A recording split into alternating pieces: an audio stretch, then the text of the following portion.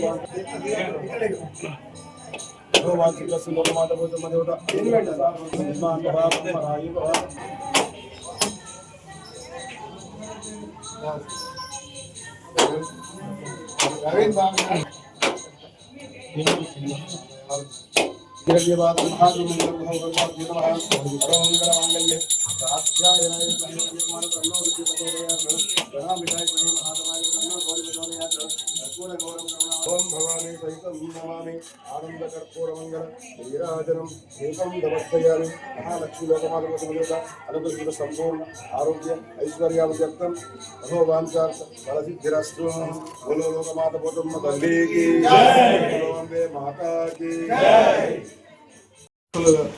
ఆ ఈశ్వరుని దయ వల్ల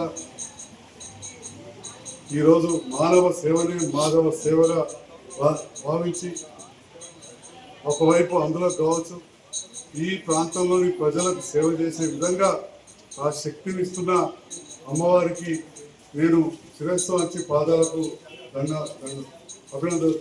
ధన్యవాదాలు తెలియజేస్తా ఉన్నా.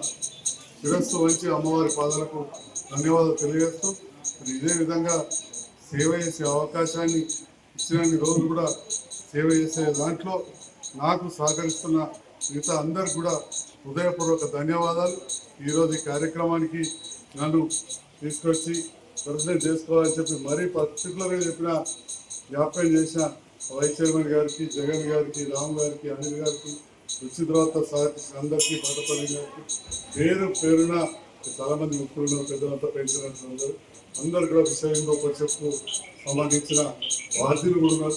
అందరికీ కూడా హృదయపూర్వక ధన్యవాదాలు. పత్రిక పోషమ్మ తల్లి అంటే మనం మామూలుగా గ్రామ దేవతలుగా గ్రామాలు ఉంటారు. అక్కడే మరి దైత్యాల పట్టణం ఒకప్పుడు చిన్నగా ఉన్నా కానీ అతి పురాతనమైన పట్టణాలు ఒకటి.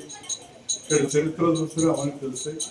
మరి అలాంటి పట్టణంలో వివిధ ప్రాంతాల్లో మన పోచమ్మ వాళ్ళు అక్కడ కావచ్చు, ఇక్కడ మన పురాణపేటలో ఈ పోచమ్మ తల్లి విగ్రహం వెలవడం, అమ్మవారు వెలవడం, ఆ అమ్మవారికి నిరంతరం పూజలు చేస్తూ ప్రతి సంవత్సరం ఇక్కడ పెద్ద ఎత్తున కార్యక్రమాలు జరిపిస్తున్న కమిటీ చైర్మన్ గారికి, సభ్యులందరికీ పేరు పేరున హృదయపూర్వక ధన్యవాదాలు.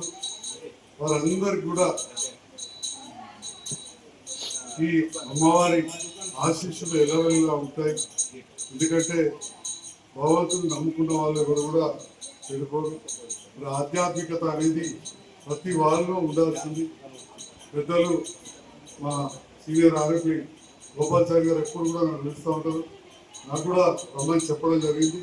కొంత వివిధ కారణాల వల్ల నేను ఇన్ఫార్మ్ చేయలేకపోయినా సరే కమిటీ సభ్యులందరూ కూడా ఇక్కడ ఉన్నారు. అందరూ కూడా ధన్యులుగా భావిస్తాం. ఎందుకంటే మన ధర్మాన్ని కాపాడుకుంటే ధర్మం మనం కాపాడుతాం. మరి ఎవరి ధర్మాన్ని వాళ్ళు కాపాడుకోవాల్సిన బాధ్యత ఉంటుంది. నేను చాలాసార్లు చెప్తూ ఉంటా, అది మళ్ళీ కూడా ఈరోజు చెప్పడం జరుగుతూ ఉంటుంది. మన ధర్మాన్ని మనం కాపాడుకునే దాంట్లో భాగంగా నా వంతుగా హిందువుగా జన్మించేందుకు గర్విస్తూ హిందూ ఆలయాల పునరుద్ధరణలు కావచ్చు, వివిధ ఆధ్యాత్మిక కార్యక్రమాలు పండుగలు జరిగినప్పుడు దాదాపుగా తప్పనిసరిగా నాకున్న సమయాన్ని బట్టి నేను అందుబాటులోకి రావడం, భగవంతుని కానీ అమ్మవారిని కానీ దర్శించుకోవడం,